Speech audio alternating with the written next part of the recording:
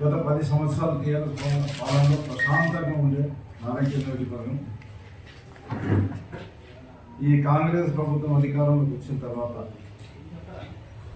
ఇక్కడ కాంగ్రెస్ ఎమ్మెల్యే ఎన్నికైన తర్వాత నారాయణఖేడ్ నియోజకవర్గంలో 3 ఊళ్ళో కూడా గొడవలు సృష్టించి ఈ మధ్యన నారాయణఖేడ్ మండలం బాణాపూర్ విలేజ్కి సంబంధించిన చంద్రబసప్పపై అటాక్ చేసి ఆయన పైన మల్టిపుల్ ఫ్రాక్చర్స్ తగ్గినాయి. ఇక లేటెస్ట్గా ఈరోజే సిర్గాపూర్ మండలం సిర్గాపూర్ గ్రామానికి సంబంధించిన సింగార్బోగడ తాండాలో శ్రీనివాస్ అనే అబ్బాయిని కాంగ్రెస్ నాయకులు పంచాయతీ పేరిట పిలిపించి ఆయనని బాగా దారుణంగా దాడి చేసి హత్య చేయడం జరిగింది. ఈ హత్య రాజకీయాలు మానుకోవాలని చెప్పేసి నేను ఈ కాంగ్రెస్ వాళ్ళు విజ్ఞప్తి చేస్తున్నా. అధికారులు కూడా, నేను పోలీస్ అధికారులు కూడా విజ్ఞప్తి చేస్తున్నా. ఇక్కడ సిచ్యువేషన్ మీకు అర్థమవుతుంది.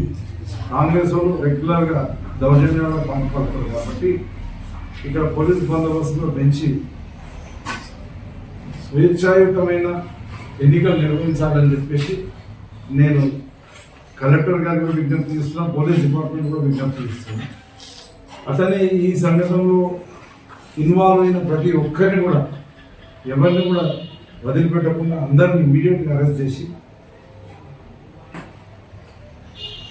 చట్ట విరుద్ధంగా పోతే ఈ రకమైన శిక్ష ఉంటుంది అనేది ప్రతి ఒక్కరికి అర్థమయ్యే విధంగా చేసి, వల్ల ఇలాంటి సంఘటనలు పునరావృతం కాకుండా చూడాల్సిన బాధ్యత పోలీస్ డిపార్ట్మెంట్ మీద ఉందని చెప్పేసి. అసలు ముఖ్యమైన కారణం ఏంటంటే ఈ కాంగ్రెస్ వల్ల దౌర్జన్యాలు ఎక్కువైపోయింది. ఎలక్షన్ కోడ్ మార్చిలో డిక్లేర్ అయిన తర్వాత కొత్త పనులు ప్రారంభించకూడదు, కోడ్ ఉన్న కిందికి వస్తుంది. కానీ ఈ కాంగ్రెస్ నాయకులు విచ్చలవిడిగా పట్టపగ్గాలు లేని విధంగా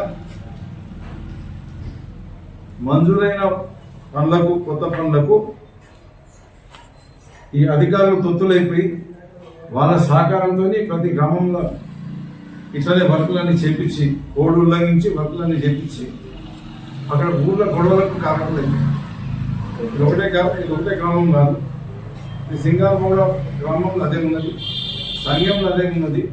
ప్రతి ఊర్లో కూడా కొత్త వర్కులు ఇప్పుడు స్టార్ట్ చేస్తుంది. అసలు ఈ సంఘటనకు ముఖ్య కారకులు అంటే ఒక పక్కన అధికారులకు ముఖ్య కారకులు అవుతారు. ఎందుకంటే ఎలక్షన్ ఉన్నప్పుడు పనులు చేస్తే గొడవలు అయితే అని తెలిసి కూడా ఎలక్షన్ కోడ్ అమల్లో ఉండగా కూడా వీళ్ళకి ఎన్నిసార్లు నేను కూడా నాకు తెలియగానే ఇమీడియట్గా ఇన్ఫర్మేషన్ ఇచ్చినా కానీ కూడా వాళ్ళు అవన్నీ పట్టించుకోకుండా ఊళ్ళల్లో గొడవలు సృష్టించి ఈరోజు ఈ హత్యకు వాళ్ళు కూడా కారకులు అని చెప్పేసి వాళ్ళు కూడా ఎలక్షన్ కోడ్ అమల్లో ఉండగా ఈ పనులు చేయించినందుకు వాళ్ళపైన కూడా ఈ హత్యకు కారకులు చేసి చర్యలు తీసుకోవాలని చెప్పేసి నేను విజ్ఞప్తిస్తున్నాను. ముఖ్యంగా ఈ హత్య జరిగింది సిర్గాపూర్ మండలం సిర్గాపూర్ గ్రామంలో. దానికి సంబంధించిన ఏఈ మాధవ్ నాయుడు గారు, పంచాయతీ డిపార్ట్మెంట్ సంబంధించిన ఏఈ మాధవ్ నాయుడు గారు ఈ కోడుండగా పనులు ప్రారంభించి ఆ పనుల వల్లనే గొడవ స్టార్ట్ అయింది కాబట్టి వారిపైన కూడా ఈ హత్య కేసులో వాళ్ళని కూడా ఇన్వాల్వ్ చేసి వాళ్ళపైన కూడా చర్య తీసుకోవాలి. అదే మాదిరిగా సిర్గాపూర్ డిప్టీ మధుసూదన్ రెడ్డి గారు వాళ్ళిద్దరి పైన కూడా ఈ హత్య కేసులో ఇన్వాల్వ్ చేసి వాళ్ళపైన కూడా చర్య తీసుకోవాలి.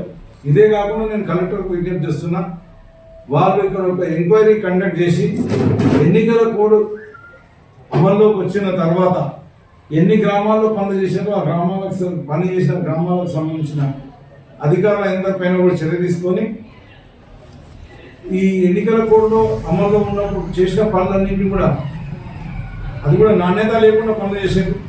6 ఇంచులు సీసీ రోడ్ వేయాల్సిన జాగ్రత్త కేవలం 1 ఇంచు 2 ఇంచులు సీసీ రోడ్ వేయడము, మట్టితోనే కలిపి సీసీ రోడ్లు వేయడము, ఓన్లీ డస్ట్ వాడి సీసీ రోడ్ వేయడం, సిమెంట్ కూడా సరిగా అవసరమైనంత సిమెంట్ వేయకపోవడం, ఇట్లాంటి నాణ్యత లేని పనులు చేసి ఇటు గవర్నమెంట్ నుకసాన్ చేసుకుంటూ ఊళ్ళలో గొడవలకు కారణమైన అధికారులందరిపైన కూడా చర్యలు తీసుకోవాలి.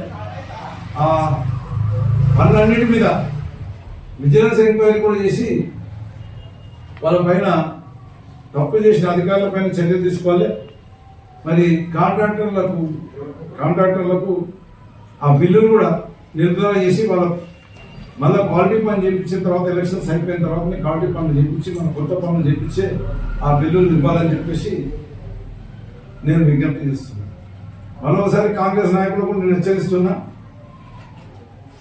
ईट का पत्थर ईट से ईट का जवाब ईट से देना पड़ता, पत्थर से देना पड़ता ना, ईट का जवाब पत्थर से देना पड़ता.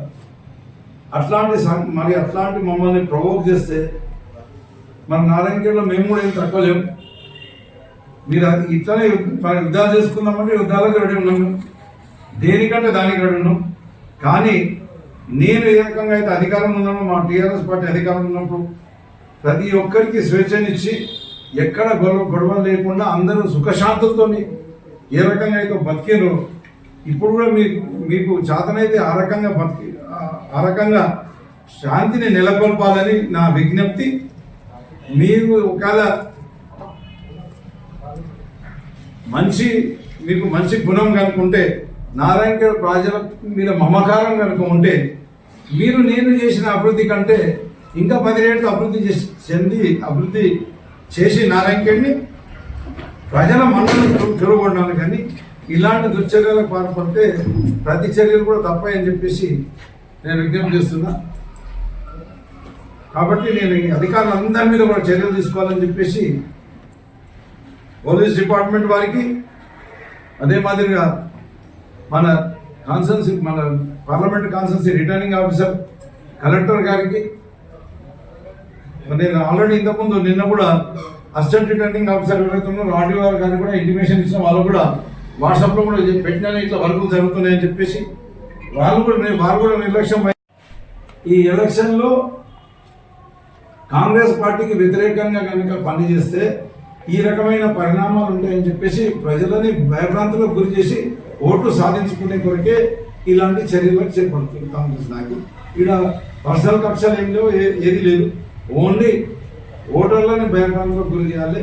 కాంగ్రెస్ పార్టీకి వ్యతిరేకంగా పోయే వాళ్ళ పరిస్థితి ఇట్లా అవుతుందని చెప్పేసి ఒక ట్రెండ్ క్రియేట్ చేసి ఓట్లు సాధించుకునే కొరకు కాంగ్రెస్ నాయకులు ప్రయత్నం చేస్తారు.